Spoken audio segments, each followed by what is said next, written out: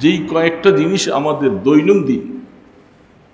দৈনন্দিন আমলের মধ্যে সবসময় থাকে,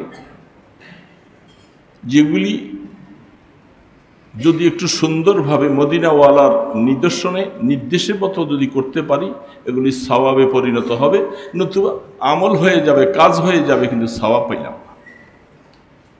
যে কতগুলি কাজ আমরা দৈনন্দিন সবাই করি, একেবারে সমস্ত কাজগুলি এমনি হইতে থাকে, কিন্তু আল্লাহর পয়গম্বরের তরিকার কথা খেয়াল করে যদি করি, আমার সওয়াব হবে, মদিনার নবী খুশি হবে। সে আমলগুলি কি দেখেন, আমরা সকালবেলা ঘুম থেকে উঠি,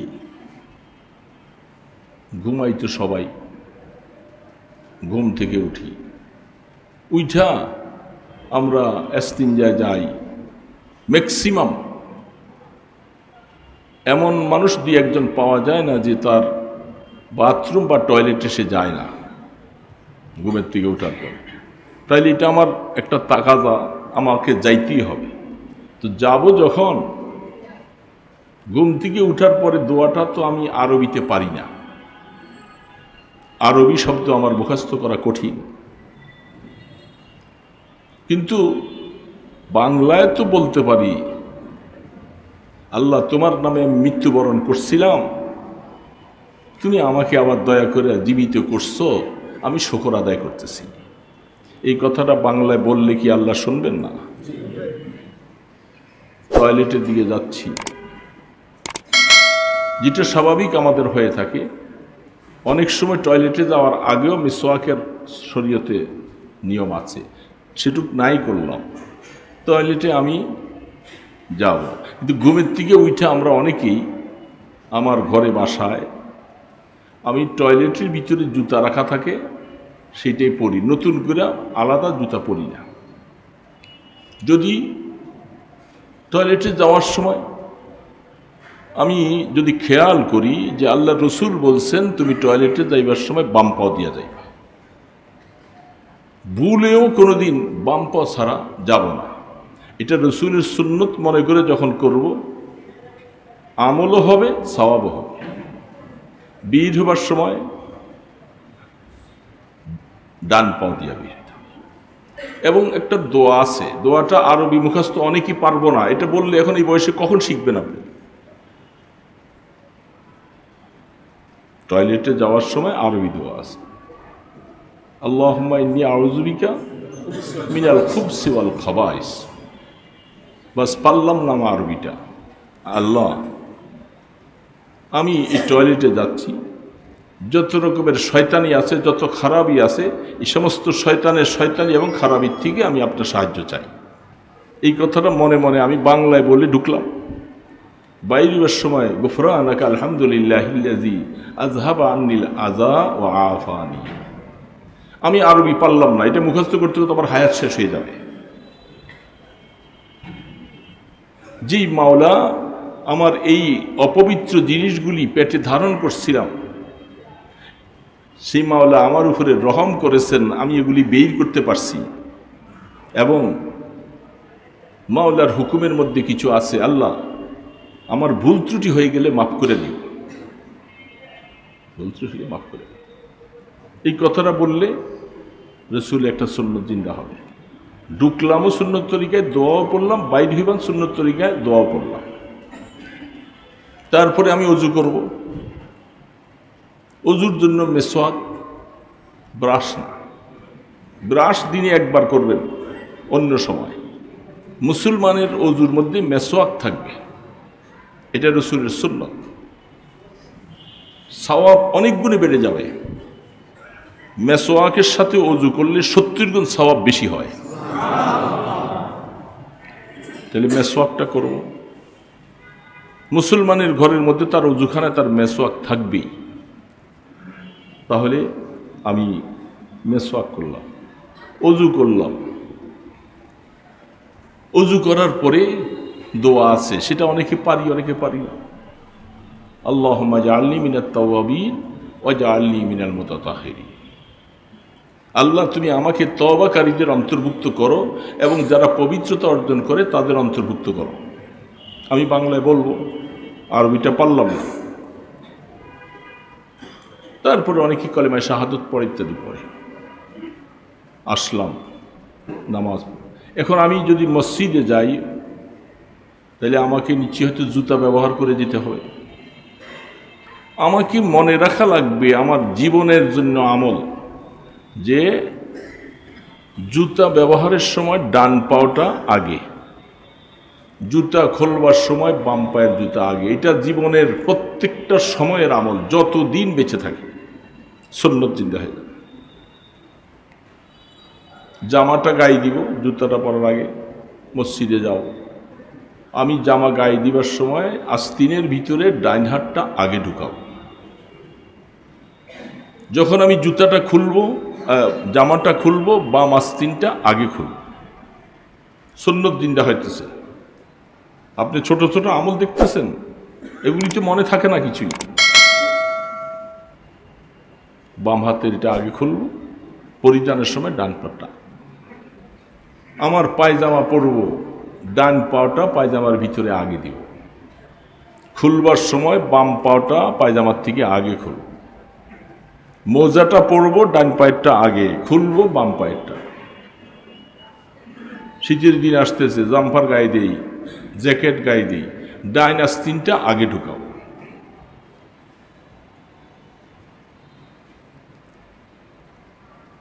পায়জামা বসে পড়া সুন্নাত। একটা উঁচু জিনিসের মধ্যে বসবেন, বৈশাখ ডান পাওয়াটা আগে দিবেন, তারপর বাম পাওয়াটা দিয়ে এরপরে পায়জামাটা লইয়া দাঁড়াবেন। তা তো করি না, বাস এইভাবে চললেন। আবার বাসার থেকে আসলেন, বাসায় আসলেন, জুতাটা খুলবেন, কতবার যাইবেন আসবেন এটা মনে রাখা লাগবে। জুতা খুলবার সময় আসলেই বাম পাওয়াটা আগে। মসজিদে যখন যাব তো মসজিদের ডান পাও দিয়ে ঢুকতে হবে। বাম পাটা খুললে জুতার উপরে রাইখা তারপরে ডান পাওয়া, জুতা খুলে মসজিদে। মসজিদে ঢুকার দোয়া অনেকে পারে না। বিসমিল্লাহ বলা সুন্নাত। আল্লাহুম্মা আফতাহ লি আবওয়াবা রাহমাত, আল্লাহ তোমার রহমতের দরজা আমার জন্য খুলে দাও। তোমার ঘরে ঢুকতেছি, তোমার কাছে তোমার রহমতের দরজা খোলার জন্য আমি চাইতেছি। এই সময় আল্লাহ দোয়া কবুল করবেন না তো করবে কখন? যতক্ষণ আল্লাহ আমি মসজিদে থাকি, এতেকাফের নিয়তে থাকলাম। বের হইবার সময় আবার এইভাবেই সিরতে বাম পা দিয়ে বাইর হব, কিন্তু জুতা তো পড়তে হবে আমাকে ডান পাওয়া আগে। আর বাম পা দিয়ে বাইর হইয়া ওই সময় দোনোটা পা বাইর করে জুতার মধ্যে ডান পা দিব। এটা খেয়াল রাখতে হবে, কোনো দিন যেন আমার ভুল না হয়। কোনো দিন আমরা চেষ্টা করি এইভাবে করার জন্য। কতগুলি আমল আছে প্র্যাকটিক্যাল, এইভাবে আপনি কাজ করতে থাকবেন। ঘর থেকে বেরিয়ে যাবেন, দোকানে যাবেন, কোথায় যাবেন, বিসমিল্লাহে তাওয়াক্কালতু আলাল্লাহ, আল্লাহ আপনার উপরে, আপনার জাতির উপরে তাওয়াক্কুল করে ভরসা করে আমি বাইরে এসেছি। বাস বিসমিল্লাহ হলো, আল্লাহর উপরে ভরসা হলো। আল্লাহ পাক বলেন তোমাকে নিরাপদে আমি ইনশাআল্লাহ আবার বাসায় ফিরে আবার ব্যবস্থা করব, যদি তোমার তকদিরে কোনো খারাপই কিছু লেখা না থাকে। তোমার জিনিসপত্র হেফাজত রাখবো, সব কিছু করো। দোকানে বসে আছি, কাজে যাইতেছি, গাড়িতে বসছি, অথবা কোথায় যাইতেছি, জ্যামে পড়ে গেছি, এই সময় আমার মুখটার মধ্যে যেন আল্লাহ তাসবিহ থাকে। সুবহানাল্লাহ থাকুক, আলহামদুলিল্লাহ থাকুক, লা ইলাহা ইল্লাল্লাহ থাকুক, যে কোনো জিনিস আমি এটা গাড়িতে উঠলাম, চলতেছি, এই অবস্থায় আমাকে পানি খেতে হবে, হয়তো কাউকে কিছু দিতে হবে। আমার জীবনের কোনো দিন, একটা দিন আমি বাম হাতে খাবো না। আমার জীবনের প্রত্যেকটা পানি হোক, যে কিছু আমি ডান হাতে খাবো। খাওয়ার সময় বিসমিল্লাহ বলে খাবো।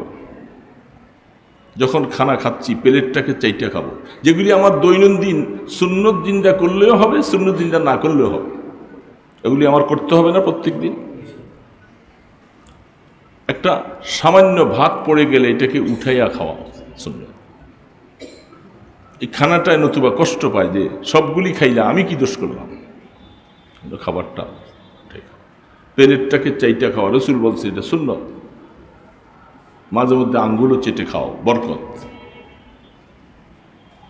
খানা শেষ হইল, বাম হাতে পানিটা খাবো, পানি ডান হাতে।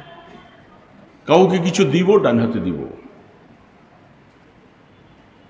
মানুষকে সালাম দিব দেখা হলে, আগে আগে দেওয়ার চেষ্টা করব। এইভাবে সময়গুলি কাটাইলাম। এখন বিছনায় রাত্রেবেলা শুইতে যাব, বাসায় আসলাম, জুতা কোনটা খুলবো আগে? বাম পাটটা। ওই বাসায় গেলে এটা অটোমেটিক মনে হবে আমার এখন জুতাটা খুলতে হবে, বাম পাটটা। জামাটা খুলতে হবে, পরনের পায়জামাটা খুলতে হবে, ওই সুন্নত। জামাটা উঠাইবার সময় বাম আস্তিনটা আগে খুলব, পায়জামাটা আগে, বাম পায়েরটা আগে খুলব। তারপরে নিজে পরিষ্কার পরিচ্ছন্নতা হয়ে খাওয়া দাওয়া খাইলেন, বিছনায় শুইতে যাবেন। আল্লাহ রসুল বলেন তুমি বিছনায় গেলে তোমার রুমাল বা গামছা দিয়ে বিছনাটা একটু ঝাড়ো, সুন্নত। তারপরে বিছনার মধ্যে বসে কুল হু আল্লাহ, কুল আউযু বিরাব্বিল ফালাক, কুল আউযু বিরাব্বিন নাস, 3টা সূরা একবার পড়ে হাতের তালুতে ফু দিয়া মুখের থেকে নিয়ে শরীর মুজবা, যতটুকু হাত 3বার পড়বা, 3বার মুজবা। তারপরে ঘুমের দোয়া পড়ো, আল্লাহ আমি আপনার নামে মৃত্যুবরণ করতেছি। দোয়া ঘুমের, কিন্তু আল্লাহ শিখিয়ে দিয়েছে যে তুমি বলো আল্লাহ আমি আপনার নামে মৃত্যুবরণ করতেছি। বালিশের মধ্যে মাথা রাখো, রাইখা যাদের আয়াতুল কুরসি মুখস্থ আছে তোমরা আয়াতুল কুরসি পড়ো। আমানার রাসূল যাদের মুখস্থ আছে আমানার রাসূল পড়ো। 3বার আস্তাগফিরুল্লাহ পড়ো, আস্তাগফিরুল্লাহ রব্বি পুরাটা। তারপরে একটু দুরূদ শরীফ পড়ো, কলেমায়ে তৈয়্যিবা একবার পড়ো, পড়া বালিশের মধ্যে মাথা রাইখে এগুলি পড়ো।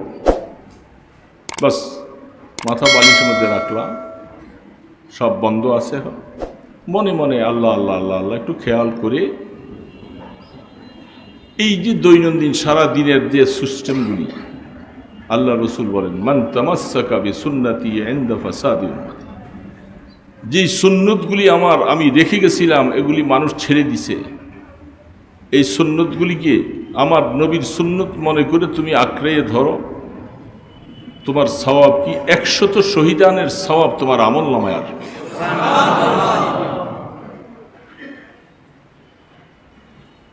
যারা দাড়ি কামাই, দাড়িটা কামাবো না, যেহেতু আল্লাহ পাক দেখেন, ফেরেশতারাও দেখেন, এটা আমার জন্য একটা হারাম কাজ করতেছি, নাজায়েজ কাজ করতেছি, আমি আগে যা করেছি সামনে আর করব না।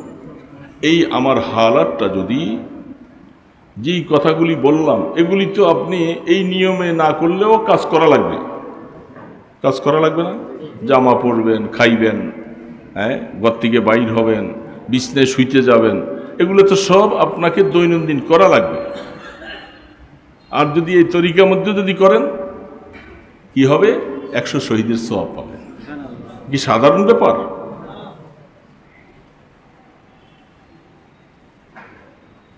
আফসোস লাগে, এত সুন্দর জিনিসগুলি দৈনন্দিন চলে যাচ্ছে, কিন্তু একটু খেয়াল না করার কারণে আমি অনেক সওয়াব থেকে মাহরুম হয়ে যাচ্ছি, অনেক সওয়াব থেকে মাহরুম হয়ে যাচ্ছি। এই জন্য দোস্ত, এই তালিমে আসা, ইসলাহী সম্পর্ক রাখা, ব্যাপার তো এগুলি যে আমলের জিন্দিগিটা গড়াই ওঠা। আপনি এখন হয়তো অনেক দোয়া মুখস্থ ইত্যাদি এগুলি এখন করতে পারবেন না, সেই সময় নাই। আপনি বাংলায় বাংলায় আর আমলগুলি এই নিয়তে করতে থাকেন, এইভাবে দেখবেন যে ইনশাআল্লাহ কি সওয়াব। মদিনার রসুল খুশি হবে, মদিনাওয়ালা খুশি হবে। যথাসম্ভব চেষ্টা করা যে আমার নামাজ যেন কাজা না হয়, দুনিয়ার ব্যস্ততায় দুনিয়ার কাজে আমার নামাজ কাজা যেন না হয়, আগের থেকে সতর্ক থাকা, চেষ্টা করা। গাড়ির থেকে নেইমা, অনেক সময় মানুষ ঢাকার থেকে আসে বা ঢাকা যায় বা বিভিন্ন জায়গায় জ্যামে পড়ে থাকে, মাগরিবের নামাজটা অনেক সময় কাজা হয়ে যায়। মাসালাটা জানা থাকলে তার নামাজটা কাজা হতো না। কি মাসালা? মাগরিবের সময় এত কম না, আমরা মনে করছি মাগরিবের বাস আজান হয়েছে, নামাজ পড়ছি, আর মনে হয় 10 মিনিট পর্যন্ত মনে হয় নামাজের সময় শেষ। মাগরিবের সময় প্রায় 1 ঘন্টার মতো থাকে, বরং 1 ঘন্টাতে আরো কিছু বেশি। এখন মনে করেন 17-18তে আজান হলো, মাগরিবের সময় হলো, আপনি মিনিমাম প্রায় যাইয়া 6:15টায় কাছে যাইয়া দেখবেন যে তখনও মাগরিবের সময় আছে। এখন আপনি গাড়িতে জ্যামে পড়েছিলেন, আপনি বলছেন মাগরিবের সময় তো চলেই গেল, যা আর কি করলাম। আপনার যদি সময়টা জানা থাকতো, আপনি নাইমা তাড়াতাড়ি কোনো একটা মসজিদে আগে নামাজটা পড়ে নিতেন, তাইলে আপনার নামাজটা কাজা হতো না। যেখান থেকে নামছেন তাড়াতাড়ি পাশে কোনো না কোনো একটা মসজিদ পাওয়া যাবে, সেখানে যেয়ে তাড়াতাড়ি অজুটা সাইরে নামাজটা পড়ে। এইভাবে নামাজের সময়গুলি অনেক সময় আমাদের চলে যায় টাইম জানা না থাকার কারণে। ফজরের সময় অনেকে ঘুমাইয়া থাকি, জমাতে যাইতে পারি নাই, কিন্তু আফসোস হলো আপনি ঘুমের থেকে উঠা জমাত যখন চলে গেছে আর উঠবো কি। আর জমাতের পরেও তো প্রায় আর 10-15 মিনিট সময় বাকি থাকে সূর্য উঠার। আপনি উঠে অজু করে তাড়াতাড়ি নামাজটা পড়ে নিতে হবে, তাহলে আমার নামাজটা কাজা হলো। জামাতের সওয়াবটা পাইলাম না, কিন্তু নামাজটা কাজা হলো। নামাজ কাজা হয়ে গেলে যে কত গুনাহ, কঠিন মাসালা। এই জন্য আমাদেরকে সিস্টেমভাবে চলতে না জানার কারণে, মাসালাগুলি আলোচনা না আসার কারণে আমরা অনেক সওয়াব থেকে বঞ্চিত থাকি। এই জন্য দোস্ত মনে রাখি, যেই কথাগুলি বললাম এগুলি আমাদের আমল করা এমন কঠিন না, কঠিন কাজ, শুধু স্মরণ রাখার ব্যাপার। আর যখন আপনি আমল শুরু করবেন ইনশাআল্লাহ দেখবেন আল্লাহর তরফ থেকে আপনাকে স্মরণ করাই দিবে, আপনার আর ভুল হবে না। ওই আমলের সময় আসলেই ওইটা আপনার খেয়ালে এসে যাবে। হাত্তা কি হাদিসের মধ্যে পাওয়া যায় আল্লাহ রসুল চুল আশ্রাইতেন, দাড়ি মোবারক আশ্রাইতেন, ডান দিক থেকে চিরুনিটা লাগাইতেন। এটুক পর্যন্ত আল্লাহ রসুল খেয়াল করেছেন যে আশ্রাইবার সময় চিরুনিটা ডান দিক থেকে আগে। আল্লাহ রসুলের চুল বাবরি চুল ছিল, তাহলে বুঝেন যে সুন্নতের প্রতি রসুল কতটুকু গুরুত্ব দিয়েছেন। চিরুনি দিয়ে আপনি আশ্রাইবেন দাড়ি, তাও ডান দিক থেকে আগে। মেসওয়াক করবার সময় বাম দিকে নয়, আগে ডান দিক থেকে। ডান কি অব্দুল মায়া মেনে অব্দুল মায়া, ডান দিকের থেকে সব কাজ করো, ডান দিক থেকে করো রসুল। আর ডানের যে কি ফজিলত, কিয়ামতের ময়দানে একটা ডানপন্থী হবে আর একটা বামপন্থী হবে। নেককার লোকগুলাকে আল্লাহ পাক বের করে আদম আলাইহিস সালামের ডান পাশে রাখছে, গুনাহগার কাফির মুশরিকগুলাকে বাম পাশে রাখছে। এই জন্য কোরআনে আল্লাহ পাক বলছেন ডানপন্থী আর বামপন্থী। এই জন্য সব কাজ ডান ডান ডান ডান দিয়ে করো, অনেক সওয়াব, অনেক সওয়াব। মুমিনের জীবনের সমস্ত কাজগুলি সওয়াব হয়ে যাবে যদি একটু খেয়াল করে করা হয়। মনে থাকবে না ইনশাআল্লাহ? এই আমলগুলি মা বোনদেরকেও শিখিয়ে দিবেন। মা বোনরা যারা আছে বাসায় তাদেরকেও শিখাবেন, তারাও বাসায় আমলগুলি এভাবে করবে। তাইলে আপনি যখন তার সাথে আমলগুলি আলোচনা করবেন তখন আপনার খেয়াল হবে যে আমার সবগুলি আমলের কথা মনে আছে কিনা। আমি আমার বিবির সাথে ঘরের মধ্যে আমলগুলি আলোচনা করব, মোজাকারা করব, যে এইভাবে আমাদের সকাল থেকে রাত্রে ঘুমান পর্যন্ত এই আমলগুলির কথা আজকে তালিমে আলোচনা হয়েছে। তোমাদের সাথেও আমি মোজাকারা করি, আপনার এটাও স্মরণ হয়ে যাবে, তারাও আমলের মধ্যে উদ্বুদ্ধ হয়। ঘরওয়ালারাও এই আমলগুলি করবে, অনেক ফায়দা হবে। তো আমরা চেষ্টা করবো তো ইনশাআল্লাহ।